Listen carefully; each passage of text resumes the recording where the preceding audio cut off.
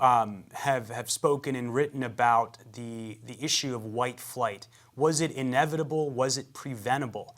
And you've also written about how at the time these events were unfolding, the history we're talking about now wasn't history. It was debated.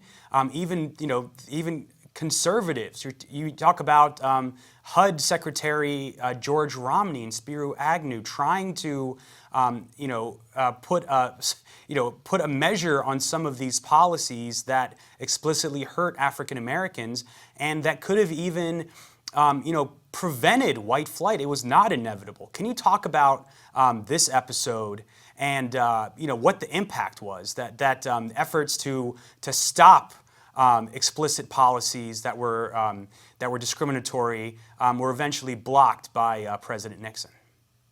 Yes. Well, as I mentioned a minute ago, white flight was subsidized by the federal government. There would have been no white flight had there not been federal government subsidies for for whites to move to all white suburbs and to keep African Americans out. That's what white flight was. It was a subsidized policy. It was well known, as I said. This is a forgotten history. In 1968, as you mentioned, Richard Nixon was elected president. He appointed George Romney, who had been governor of Michigan, as the Secretary of Housing and Urban Development. And Romney, reciting the entire history that I've just described to you, said that the federal government has created a white noose around African American neighborhoods in central cities, and it's the federal government's obligation to untie that noose. And he embarked on a program which he called Open Communities, designed to force suburbs to desegregate, to accept African Americans.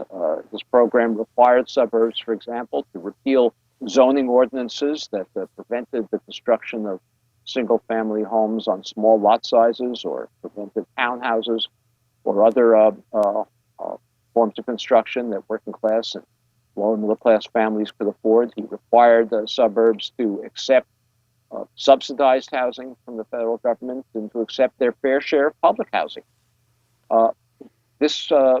He was backed in this. There were many people in the Nixon administration who opposed this because they understood that it would cause a white backlash of white voters and it would hurt Nixon politically.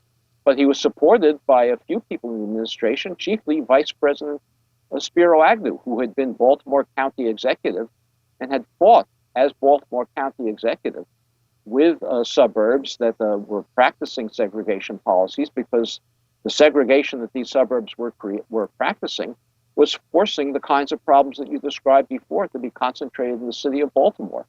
And what Spiro Agnew said was that we can't solve the problems of African Americans of poverty in the inner city because the problems can only be solved in the suburbs.